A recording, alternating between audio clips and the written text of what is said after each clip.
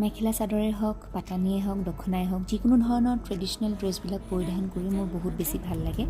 অনুষ্ঠান আছিলে কোকৰাঝাৰত আৰু এয়া কাহিলি পোৱা অনুষ্ঠান কৰি মেলি ঘৰ উভতিছোঁ hello' everyone welcome to my another mini blog আশা কৰিছোঁ সকলোৰে ভাল আৰু মোৰো ভাল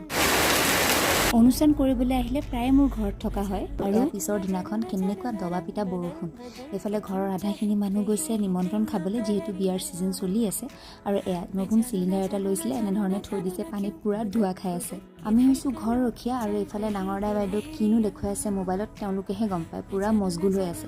আৰু এয়া পিছৰ দিনাৰ দৃশ্য বতৰৰ মহিমা যে বুজিবই নোৱাৰি চাওকচোন ইমান ধুনীয়াকৈ জোনবাইটো ওলাইছে মই বোলো ৰেকৰ্ড কৰি থওঁ পিছতহে গম পালোঁ বুদ্ধ পূৰ্ণিমা আছিলে